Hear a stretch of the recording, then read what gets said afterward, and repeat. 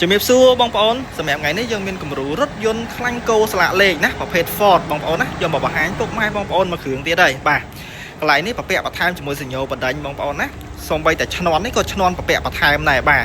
គឺមើលទៅស្អាតសមមែនតើបាទរថយន្ត Ford Eco Sport ឆ្នាំ2019បាទប្រភេទឡានម្ចាស់ដើមទី1ពុកម៉ែបងប្អូនស្លាកលេខ 2BF ជាប់មកជាមួយនឹងកាមេរ៉ាខាងក្រោយណាសម្រាប់អេតាខាងក្នុងគឺអេតាខាងក្នុងប្រភេទខ្មៅឡាយជាមួយនឹងពណ៌រៀងប្រផេះសបងប្អូនណាកន្លែងនេះមាន logo Eco Sport ដែលប្រពាក់បន្ថែមបាទស៊ីនអត់មានទេកន្លែងនេះគឺសិតតែថែមទាំងអស់ណាហើយភ្ជាប់មកជាមួយនឹងពូកស្បែកស៊ីនបងប្អូនបាទអង្គុយទុនល្អណាស់បាទកន្លែងនេះក៏មានកាមែល Eco Sport ដែរសិតតែគ្រឿងលេងប្រពាក់បន្ថែមអញ្ចឹងឡាននេះគ្រឿងលេងច្រើនបងប្អូនបាទគ្រឿងលេងច្រើននៅលើឡានមួយគ្រឿងនេះ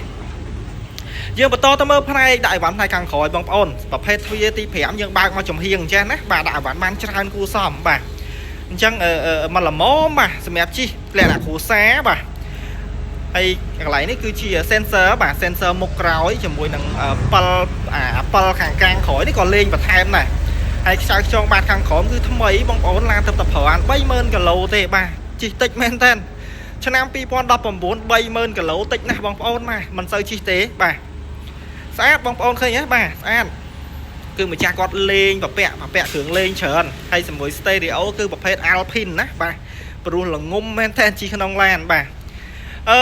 តលាយល្មមបាទមានភ្លើងឌីមមានអីមកកាផ្លេឲ្យអត់ហើយអញ្ចឹងយកទៅដឹងតែប្រើអត់មានពិបាកតុបតែងបន្ថែមអីទេបាទអីសម្រាប់កម្រាជើងនេះកម្រាជើង VIP ទាំងអស់បងប្អូនណាចកោតអីដេស្បាយអីបាទចកោតស្បាយឲ្យដេពីលើមួយជាន់ទៀតបងប្អូនបាទ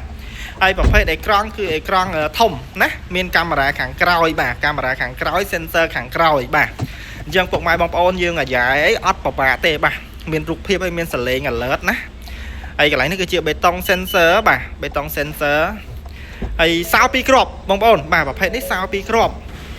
ហើយ option របស់វាមាននៅ pad dot sheet ទៀតបងប្អូនណាបាទអាចថែមថយលេខបានយើងចង់ប្រើលេខអូតូក៏បានចង់ប្រើលេខដៃក៏បានដែរបាទពិសេសមែនតើសម្រាប់បងប្អូនដែលចង់លេងប្រភេទ sport ណា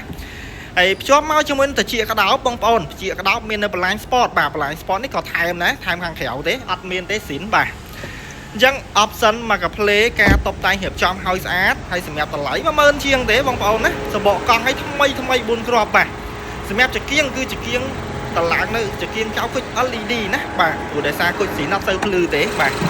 អញ្ចឹងមកគ្រឿងនេះគឺតឡើងហើយរួចរាល់សូម្បីតែប្រភេទបូមដបូមម៉ាស៊ីននេះបងប្អូនណាបូមដបូមម៉ាស៊ីននេះគឺប្រពាក់បន្ថែមគឺជាមួយនឹងបូមលើកតែម្ដងអត់ប្រើចតុលទេបាទហើយចង់ចង់ប្លុកម៉ាស៊ីននេះថ្មីហ៎បងប្អូនណាបាទ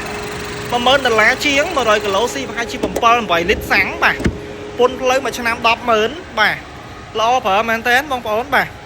អញ្ចឹងចាប់អារម្មណ៍តំណមកបាទកុំយូរពេកបាទ